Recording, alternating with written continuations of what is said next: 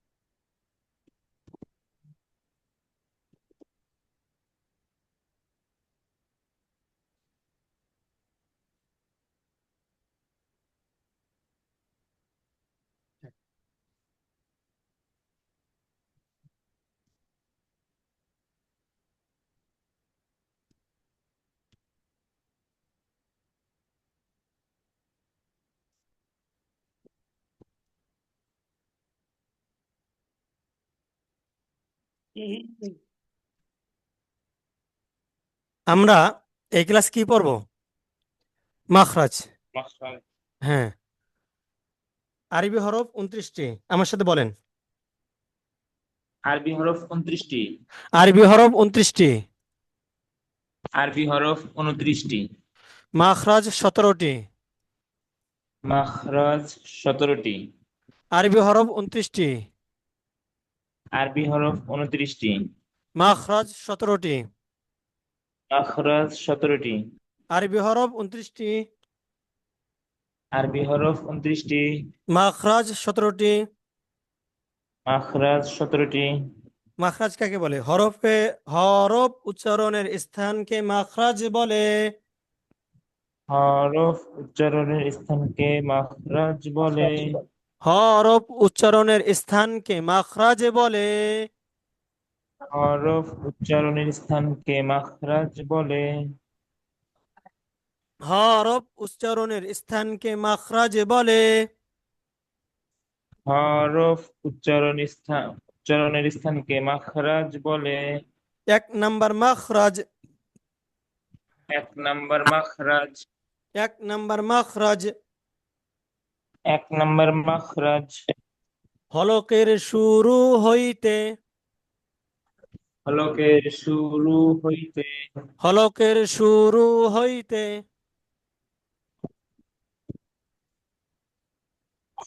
হলকের শুরু হইতে। হামজাহ হা। হামজাহ হা। হামজাহ হা।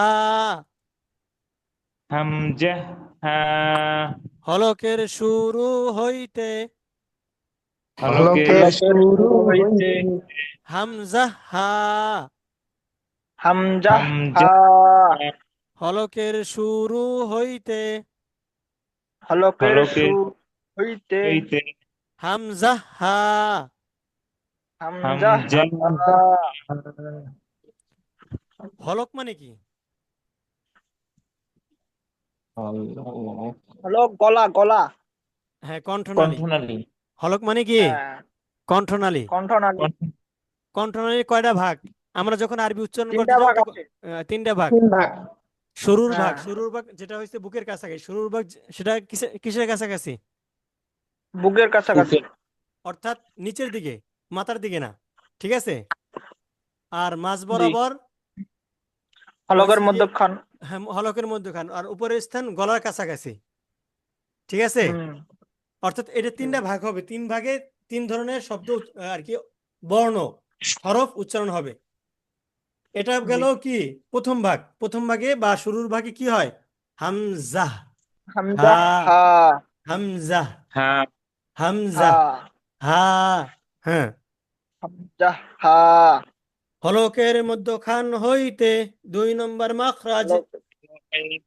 হলকের 2 নম্বর মাখরাজ। হলকের স্থান হইতে। মধ্যখান হইতে। 2 নম্বর মাখরাজ হলকের মধ্যখান হইতে। 2 নম্বর 2 নম্বর মাখরাজ হলকের মধ্যখান মধ্যখান হইতে। হইতে। 2 নম্বর মাখরাজ হলকের মধ্যখান হইতে। 2 নম্বর মাখরাজ নম্বর হলকের মাখরাজ মধ্যে হলকের হইতে। মধ্যখান হইতে। দুই নম্বর মাখরাজ হলকের মধ্যখান হইতে। দুই দুই নম্বর নম্বর মাখরাজ হলকের এর মধ্যখান হইতে।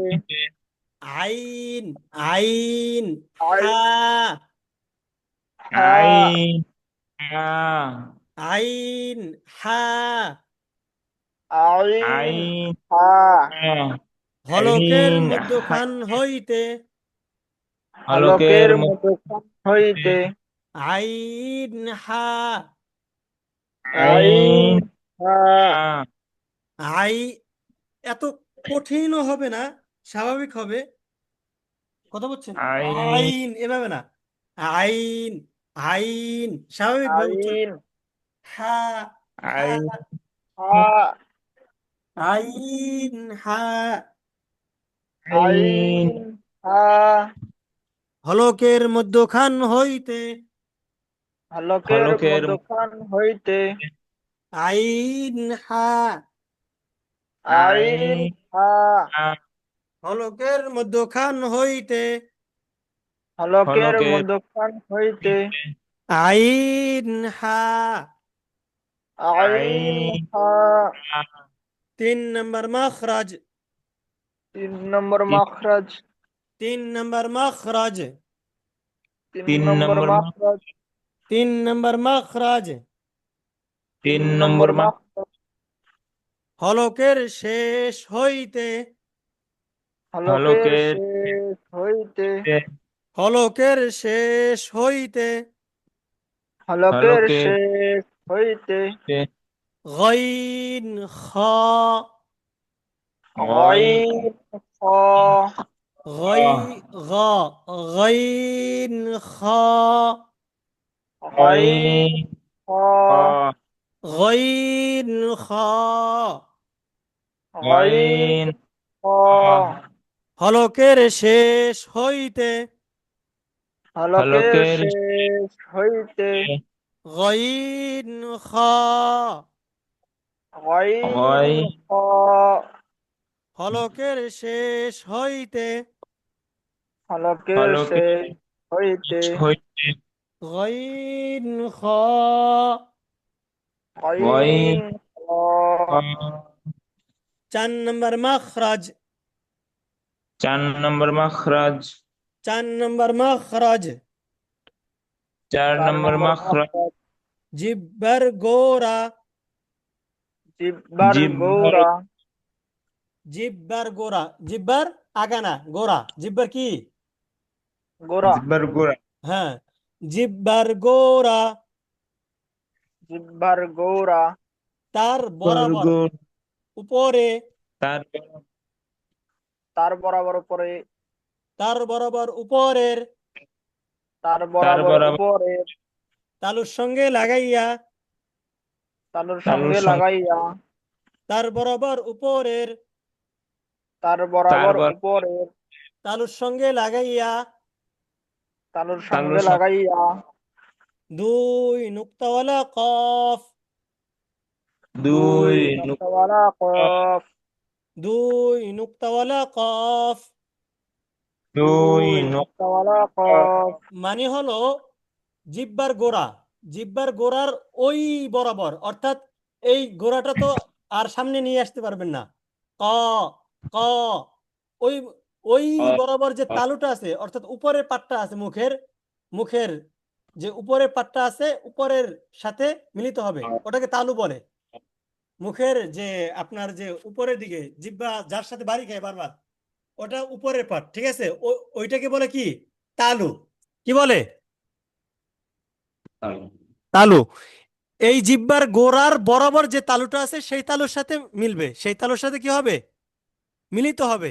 তখন উচ্চারণ হবে ক কফ কফ কফ কফ। কফ জিহ্বার গোড়া জিহ্বার গোড়া তার বরাবর উপরে। তার বরাবর উপরে জিহ্বার গোড়া জিহ্বার গোড়া জিহ্বার গোড়া জিহ্বার গোড়া তার বরাবর উপরে। তার বরাবর উপরে তালুর সঙ্গে লাগাইয়া। তালুর সঙ্গে লাগাইয়া। 2 নুক্তাওয়ালা কফ। 2 নুক্তাওয়ালা কফ। 4 নম্বর মাখরাজ। 4 নম্বর মাখরাজ। জিহ্বার গোড়া, জিহ্বার গোড়া। তার বরাবর উপরে, তারপর আবার উপরের। তালুর সঙ্গে লাগাইয়া। তালুর সঙ্গে লাগাইয়া। 2 নুক্তাওয়ালা কফ। 2 নুক্তাওয়ালা কফ। 2 নুক্তাওয়ালা কফ। 2 নুক্তাওয়ালা কফ। এই ক্লাসটা নিচ্ছে কেন জানেন? কারণ মাখরাজ আর পড়ানো হবে না, আমাদের তো সময়ও শেষ। আজ এবং কাল এই 2 দিনে তো ক্লাস। এই জন্য ভাবতেছি যে সামনে না গাইয়া মাখরাজটা মাঝখান থেকে পড়িয়ে দেই, কারণ এটা মুখস্থ পড়ার মতো। যদি উচ্চারণটা এর উছিলায় বর্ণের উচ্চারণ শুদ্ধ হয় তো আলহামদুলিল্লাহ। এই জন্য মাখরাজটা পড়ানো আজকে। আমার ইচ্ছে ছিল না প্রথমে, কিন্তু হঠাৎ করে যখন ক্লাস শুরু করলাম তখন মনে হলো যে না, মাখরাজ পড়ানো দরকার। মাখরাজটা আমাদের কারণ উচ্চারণকে সহজ করে। একটা বর্ণের ভিতরে বিভিন্ন বৈশিষ্ট্য আছে। একটা বর্ণের ভিতরে কি আছে? শুধু মাখরাজই না, প্রত্যেকটা বর্ণের 5 থেকে 7টা সিফাত আছে। প্রত্যেকটা বর্ণের কয়টা সিফাত আছে? 7টা। কিন্তু এটা সাধারণ যারা শিখে, কোরআন শিখে, তাদেরকে এটা শেখানো হয় না, কারণ এটা হার্ড। এটা নিতে পারবে না। সিদ্দাত, রেখা, তাওয়াসসুত, ইস্তিলা, ইস্তেফাল, ইস্তেতালাত, অর্থাৎ এ ধরনের এভাবে প্রত্যেকটা হরফে 5 থেকে 7টা সিফাত থাকে। এই সিফাতগুলো মেনে উচ্চারিত হয় প্রত্যেকটা বর্ণ। এই সিফাতগুলো মেনে যখন উচ্চারণ করা হবে তখন বিশুদ্ধ রূপে এবং সুন্দরভাবে কোরআনটা তেলাওয়াত হবে। দেখবেন আহ, অর্থাৎ যারা আন্তর্জাতিক পুরস্কার পায় তাদের উচ্চারণের প্রত্যেকটা শব্দ যেন ভেঙে ভেঙে উচ্চারণ করছে, যদিও তাদের কণ্ঠে সুর থাকে, কিন্তু প্রত্যেকটা শব্দ কি করছে? ভেঙে ভেঙে উচ্চারণ করছে। এমন হয়। তো আমরা পড়তেছিলাম কি? মাখরাজ। জিহ্বার গোড়া, জিহ্বার গোড়া। তার বরাবর উপরে, তার বরাবর উপরে। তার বরাবর উপরে, তার বরাবর উপরে। তালুর সঙ্গে লাগাইয়া। তালুর সঙ্গে লাগাইয়া। 2 নুক্তাওয়ালা কফ। 2 নুক্তাওয়ালা কফ। 2 নুক্তাওয়ালা কফ। 2 নুক্তাওয়ালা কফ। জিহ্বার গোড়া, জিহ্বার। তার বরাবর উপরের, তার বরাবর উপরের। তালুর সঙ্গে লাগাইয়া। তালুর সঙ্গে লাগাইয়া। 2 নুক্তাওয়ালা কফ। 2 নুক্তাওয়ালা কফ। 5 নম্বর মাখরাজ। 5 নম্বর মাখরাজ। জিহ্বার গোড়া হতে একটু আগে বাড়িয়ে, জিহ্বার গোড়া হতে একটু আগে বাড়িয়ে। অর্থাৎ কফটা উচ্চারণ হচ্ছে ঠিক গোড়া দিয়ে, তার সামান্য, তার থেকে সামান্য আগে বাড়াইয়া, তার থেকে সামান্য আগে বাড়াইয়া তারপর বলতেছে তার বরাবর উপরে, তার বরাবর উপরের। তালুর সঙ্গে লাগাইয়া। তালুর সঙ্গে লাগাইয়া। মধ্যখান পেঁচানো কাফ। মধ্যখান পেঁচানো কাফ। মধ্যখান পেঁচানো কাফ। মধ্যখান পেঁচানো কাফ। জিহ্বার গোড়া হইতে একটু আগে বাড়িয়া, জিহ্বার গোড়া হতে একটু আগে বাড়াইয়া। তার বরাবর উপরে, তার বরাবর উপরে। তার বরাবর উপরে, তার বরাবর উপরে। তালুর সঙ্গে লাগাইয়া। তালুর সঙ্গে লাগাইয়া। মধ্যখান পেঁচানো কাফ। মধ্যখান পেঁচানো কাফ। মধ্যখান পেঁচানো কাফ। মধ্যখান পেঁচানো কাফ। তাহলে জিহ্বা দিয়ে আমরা অলরেডি 2টা হরফ উচ্চারণ হয় জেনে গেলাম। একটা হলো গোড়া দিয়ে, আর একটা হলো গোড়া থেকে একটু আগে বাড়িয়ে। উভয়টাই তার তালুর সঙ্গে লাগবে। কোথায় লাগবে? তালুর সঙ্গে লাগবে। ঠিক আছে, এখন আমরা 6 নম্বর মাখরাজ পড়বো। 6 নম্বর মাখরাজ। 6 নম্বর মাখরাজ। এক ক্লাসে কিন্তু মুখস্থ হবে না, এটা বারবার পড়া, বারবার শোনা, বারবার পড়তে হবে, বারবার শুনতে হবে, এবং আপনার উচ্চারণটা যেন শুদ্ধ হয় এই জন্য চেষ্টা করা। যখন উচ্চারণ করবেন খেয়াল করবেন যে এখান থেকে উচ্চারণ হচ্ছে কিনা। বা ভালো কারীদের সি- সিদ্দিক আল মিনশাওয়ি, নাম কি? সিদ্দিক আল মিনশাওয়ি, এদের তেলাওয়াত বেশি বেশি শোনা। শোনার মাধ্যমে আপনার কোরআন তেলাওয়াতটা বিশুদ্ধতা ডেভেলপ করবে। তো জিহ্বার মধ্যখান। জিহ্বার মধ্যখান। জিহ্বার মধ্যখান। জিহ্বার মধ্যখান। তার বরাবর উপরে। তার বরাবর উপরের। তার বরাবর উপরে। তার বরাবর উপরের। তালুর সঙ্গে লাগাইয়া। তালুর সঙ্গে লাগাইয়া। জিম। জিম। শিন। ইন। ইয়া। ইয়া, ইয়া। জিম শিন ইয়া। ইয়া। জিম, সিন, ইয়া, জিহ্বার মধ্যখান। জিহ্বার তার মধ্যখান। মধ্যখান, জিহ্বার মধ্যখান। জিহ্বার মধ্যখান। জিহ্বার মধ্যখান। তার জিহ্বার। তার বরাবর উপরের। তার বরাবর উপরের। উপরে, তালুর সঙ্গে লাগাইয়া। তালুর সঙ্গে লাগাইয়া। জিম। জিম। শিন। ইন। ইয়া। ইয়া। 6 নম্বর মাখরাজ। 6 নম্বর মাখরাজ। 6 নম্বর মাখরাজ।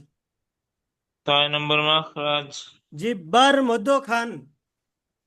জিহ্বার মধ্যখান। তার বরাবর উপরে। তার বরাবর উপরে। তালুর সঙ্গে লাগাইয়া। তালুর সঙ্গে লাগাইয়া। মধ্যখান পেঁচানো কাফ। দোকান পেঁচানো কাফ। মধ্যখান আহ, আহ, আফওয়ান, জিম শিন ইয়া।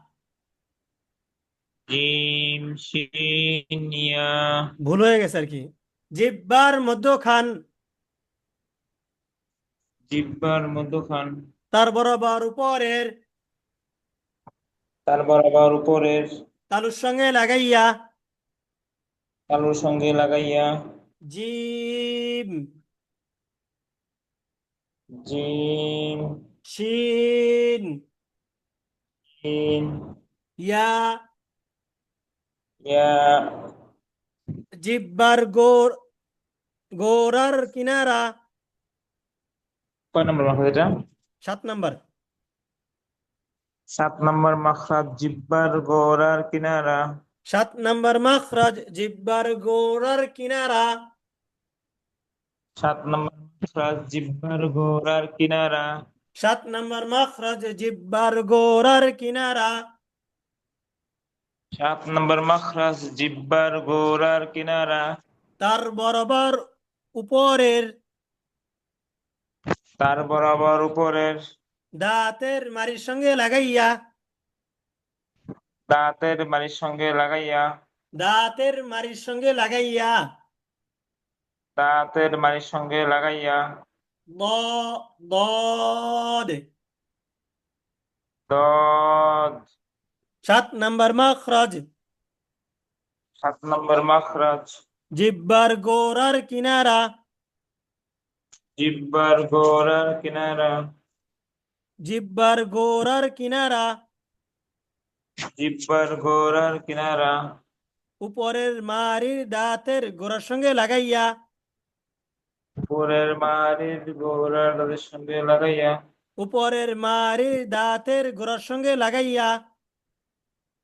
উপরের মাড়ির দাঁতের দাঁতের গোড়ার গোড়ার সঙ্গে সঙ্গে লাগাইয়া। লাগাইয়া। উপরের মাড়ির দাঁতের গোড়ার সঙ্গে লাগাইয়া। উপরের মাড়ির গোড়ার তাদের সঙ্গে লাগাইয়া। মাড়ির দাঁতের, মাড়ির অর্থাৎ মাড়ির দাঁত কোথায় লাগবে? মাড়ির দাঁত। জিব্বার গোড়ার জি। কিনারা জিহ্বার গোড়ার কিনারা উপরের মাড়ির দাঁতের উপরের মাড়ির দাঁতের গোড়ার সঙ্গে লাগাইয়া গোড়ার সঙ্গে লাগাইয়া উপরের মাড়ির দাঁতের উপরের মাড়ির দাঁতের গোড়ার সঙ্গে লাগাইয়া গোড়ার সঙ্গে লাগাইয়া জিব্বার গোড়ার কিনারা জিহ্বার গোড়ার কিনারা উপরের মাড়ির দাঁতের গোড়ার সঙ্গে লাগাইয়া উপরের মাড়ির দাঁতের মাড়ির দাঁতের গোড়ার সঙ্গে গোড়ার সঙ্গে লাগাইয়া লাগাইয়া উপরের মাড়ির দাঁতের গোড়ার সঙ্গে লাগাইয়া উপরের মাড়ির দাঁতের গোড়ার সঙ্গে লাগাইয়া উপরের মাড়ির দাঁতের গোড়ার সঙ্গে লাগাইয়া উপরের মাড়ির দাঁতের গোড়ার সঙ্গে লাগাইয়া ضاد ضاد এটা একটু কঠিন, উচ্চারণটাও কঠিন, ঠিক আছে, মাখরাজটা একটু পেঁচানো। জিব্বার জিব্বার গোড়ার কিনারা জিহ্বার গোড়ার কিনারা উপরের মাড়ির দাঁতের গোড়ার সঙ্গে লাগাইয়া উপরের মাড়ির দাঁতের গোড়ার সঙ্গে লাগাইয়া উপরের মাড়ির দাঁতের গোড়ার সঙ্গে লাগাইয়া উপরের মাড়ির দাঁতের গোড়ার সঙ্গে লাগাইয়া উপরের মাড়ির দাঁতের গোড়ার সঙ্গে লাগাইয়া উপরের মাড়ির দাঁতের গোড়ার সঙ্গে লাগাইয়া উপরের মাড়ির দাঁতের গোড়ার সঙ্গে লাগাইয়া উপরের মাড়ির দাঁতের গোড়ার সঙ্গে লাগাইয়া ضاد ضاد জিব্বার আগার কিনারা জিব্বার আগার কিনারা এটা হলো 8 নম্বর মাখরাজ। 8 নম্বর মাখরাজ 8 নম্বর মাখরাজ 8 নম্বর মাখরাজ 8 নম্বর মাখরাজ জিব্বার আগার কিনারা জিব্বার আগার কিনারা জিব্বার আগার কিনারা জিব্বার আগার কিনারা তার বরাবর উপরের তার বরাবর তার বরাবর উপরের দাঁতের মাড়ির সঙ্গে লাগাইয়া মাড়ির দাঁতের সঙ্গে লাগাইয়া না না না, এটা দাঁতের মাড়ির সঙ্গে, মাড়ির দাঁতে লাগবে না তো, জিব্বার আগার কিনারা না, দাঁতের মাড়ির সঙ্গে লাগাইয়া, কিসের সঙ্গে লাগাইয়া, তার বরাবর উপরের তার বরাবর উপরের দাঁতের মাড়ির সঙ্গে লাগাইয়া দাঁতের দাঁতের মাড়ির মাড়ির সঙ্গে সঙ্গে লাগবে, লাগাইয়া দাঁতের আগের সাথে লাগবে না, দাঁতের কিসের সাথে লাগবে, মাড়ি, অর্থাৎ দাঁতের গোড়ায় লাগবে। মাড়ি মাড়ি হ্যাঁ, দাঁতের মাড়ির সঙ্গে লাগবে। লাম লাম 8 নম্বর মাখরাজ 8 নম্বর মাখরাজ জিব্বার আগার কিনারা জিব্বার আগার কিনারা জিব্বার আগার কিনারা জিব্বার আগার কিনারা তার বরাবর উপরের তার বরাবর উপরে দাঁতের মাড়ির সঙ্গে লাগাইয়া দাঁতের মাড়ির সঙ্গে লাগাইয়া দাঁতের মাড়ির সঙ্গে লাগাইয়া দাঁতের মাড়ির সঙ্গে লাগাইয়া লাম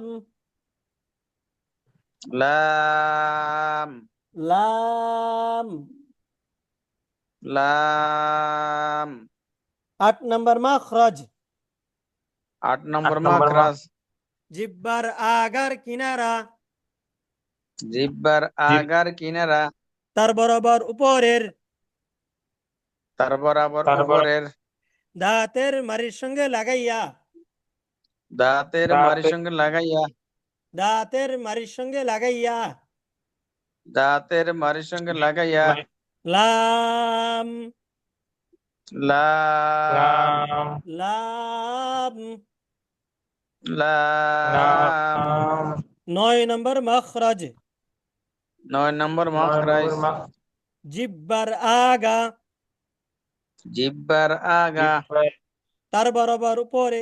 এখানে কিন্তু আগার কিনারা না, তার জিহ্বার আগা। এখানে সুস্পষ্ট কি জিহ্বার আগা।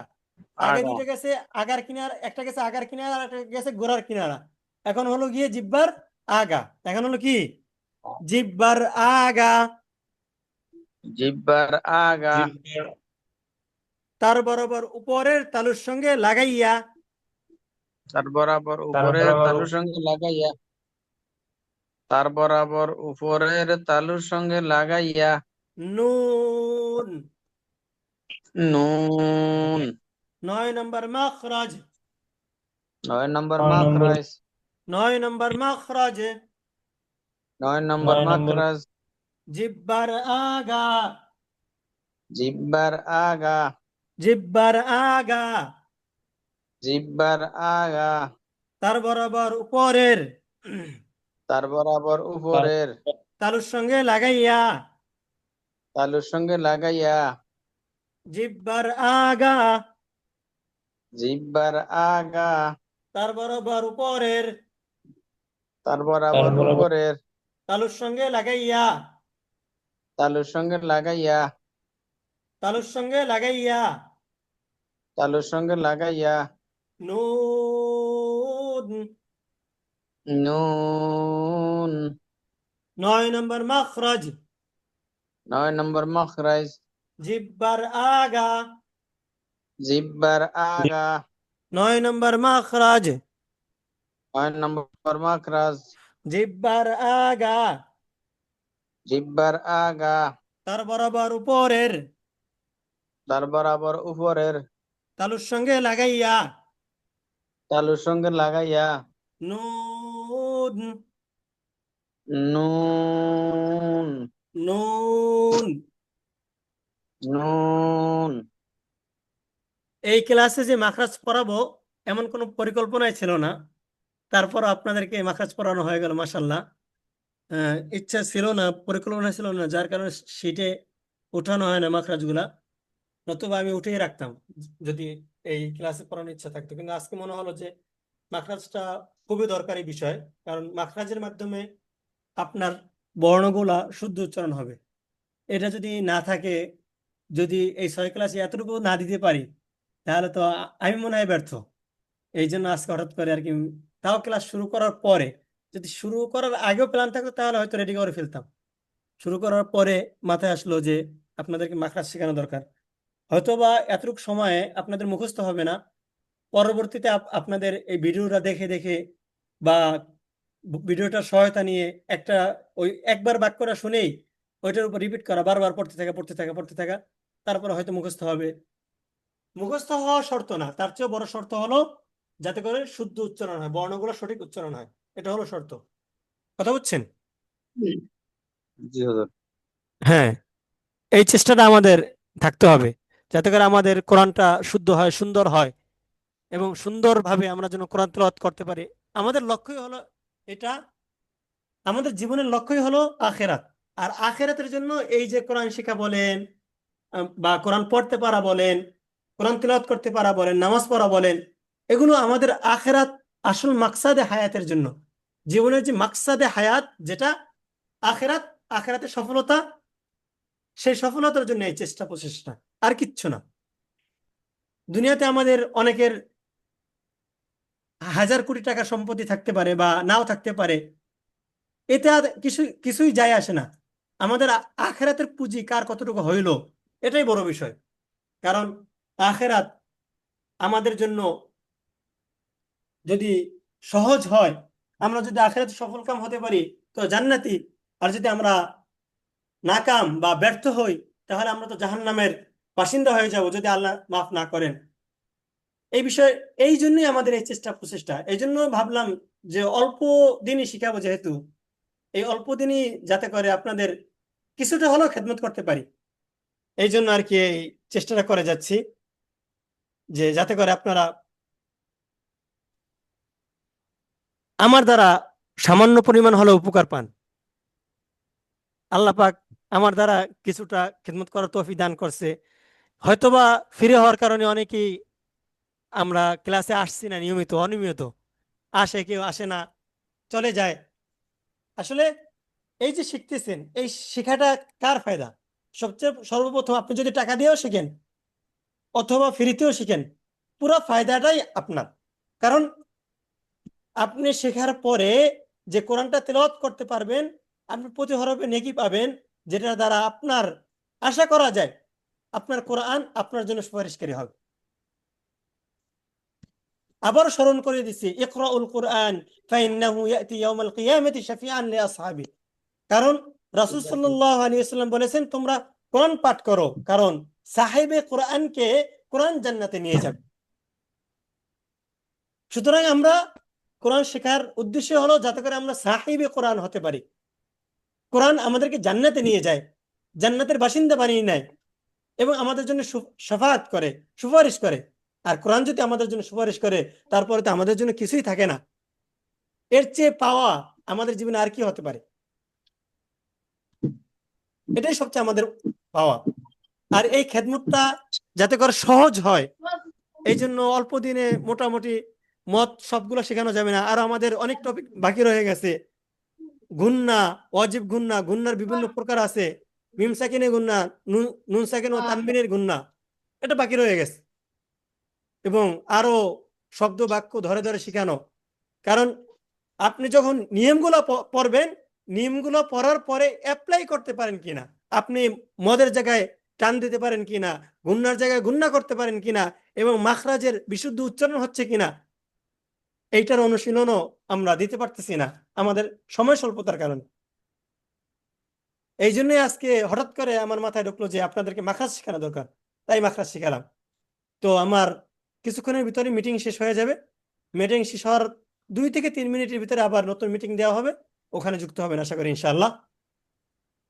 তো আমরা অপেক্ষা করি। আর